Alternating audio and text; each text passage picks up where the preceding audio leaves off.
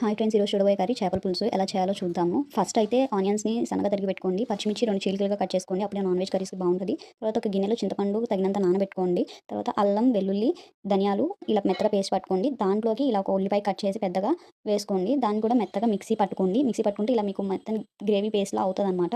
ఇప్పుడు ఈ గ్రేవీ పేస్ట్ని ఒక పక్కన పెట్టేసుకోండి. తర్వాత ఒక కడాయి పెట్టుకొని దాంట్లో ఆయిల్ వేసుకోండి. ఆయిల్ హీట్ అయిన తర్వాత మనం పక్కనే కట్ చేసి పెట్టుకున్న పచ్చిమిర్చి వేసుకోవాలి. పచ్చిమిర్చి వేసుకొని మంచిగా వేగనివ్వాలి. పచ్చిమిర్చి ఇలా కట్ చేసి వేసుకుంటే నాన్ వెజ్ కర్రీలోకి చాలా టేస్ట్ ఉంటుంది. మీరు పచ్చిమిర్చి కూడా పక్కన పెట్టక్కర్లేదు, చక్కగా తినేయచ్చు అనమాట. సో ఇలా పచ్చిమిర్చి వేగిన తర్వాత ఉల్లిపాయలు కూడా వేసేసుకోండి.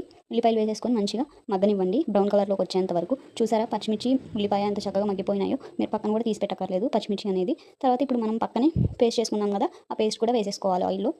ఇలా వేసుకోవడం వల్ల మనకు ఉల్లిపాయలో ఉన్న పచ్చివాసన కూడా, పచ్చి స్మెల్ అనేది రాదు. సో ఇట్లా మంచిగా వేగిన తర్వాత అప్పుడు మనం దాంట్లో కొంచెం చిటికెడు పసుపు కూడా వేసేసుకొని కలిపేసుకోవాలి. కలిపేసుకొని కొంచెం నూనె పైకి వచ్చేంత వరకు అలా దాన్ని మగ్గనివ్వండి. తర్వాత ఇప్పుడు శుభ్రంగా కడిగి పెట్టుకున్న చేపల్ని మనం ఇప్పుడు ఈ గ్రేవీలో పెట్టేసుకోవాలి. కొంతమంది కలిపి పెట్టేసుకుంటారండి, కొంతమంది ఇలా చేస్తారు. నేనైతే ఈ స్టైల్లో చేశాను. ఒకసారి మీరు ఇలా ట్రై చేసి చూడండి, చాలా బాగా వస్తుందన్నమాట. సో ఇలా ముక్కల్ని మంచిగా కర్రీలో వేసేసుకోవాలి. వేసేసుకొని ఒక 2 టేబుల్ స్పూన్స్ సాల్ట్ కూడా వేసేసుకోవాలి.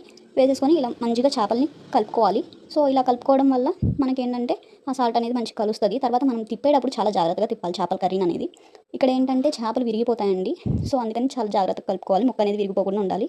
తర్వాత 2 టేబుల్ స్పూన్స్ కారం అనేది వేసుకోవాలి. సో ఇక్కడ మీకు ఎంత కారం అయితే అంత కారం వేసుకోండి. నాకైతే ఇక్కడ 2 టేబుల్ స్పూన్స్ సరిపోతుంది. ఇలా కారం వేసుకొని కలిపేసుకోండి. ఇలా మంచిగా కలుపుకున్న తర్వాత ఇప్పుడు ఏంటంటే దాన్ని ఒక 2 మినిట్స్ ఆ కారం స్మెల్ పోయేంత వరకు మగ్గనివ్వండి. చేపలను అయితే చాలా జాగ్రత్తగా కలపనండి, ముక్క విరిగిపోయిద్ది అనమాట. సో అలా కలిపేసుకొని ఒక మంచిగా మూత పెట్టేసుకొని ఒక 2 మినిట్స్ అట్లా మగ్గనివ్వండి. సో అలా మగ్గిపోయిన తర్వాత మూత తీసి చూస్తే ఇలా ఆయిల్ అనేది పైకి వస్తుంది అనమాట. సో ఇలా పైకి వచ్చిన తర్వాత ముక్క కూడా 70% అనేది ఉడుకుతుంది.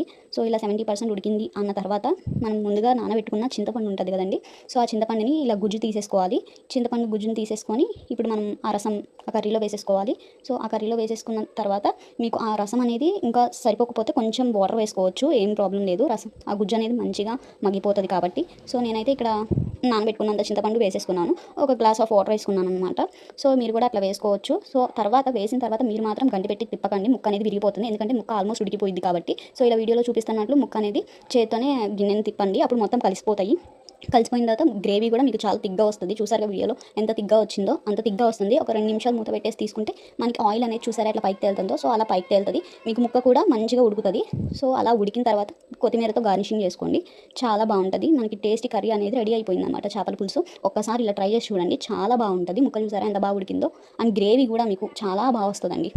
ప్లీజ్ లైక్ చేయండి, షేర్ చేయండి. ప్లీజ్ మన ఛానల్ని సబ్స్క్రైబ్ చేసుకోండి. ఇలాంటి మంచి వీడియోస్ ఇంకా పెడతాము. Thank you for watching.